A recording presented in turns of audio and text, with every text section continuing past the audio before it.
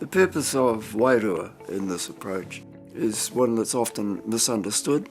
To some people it means having a strong religious background. Karakia comes in strong.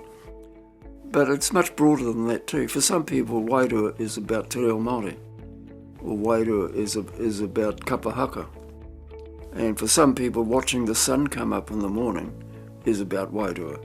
It does something to you that defies translation into words, because it's an experience that people have. It goes beyond the mind, it goes beyond the body, beyond whānau. It's an enlightenment. The whole spirit gets lifted up.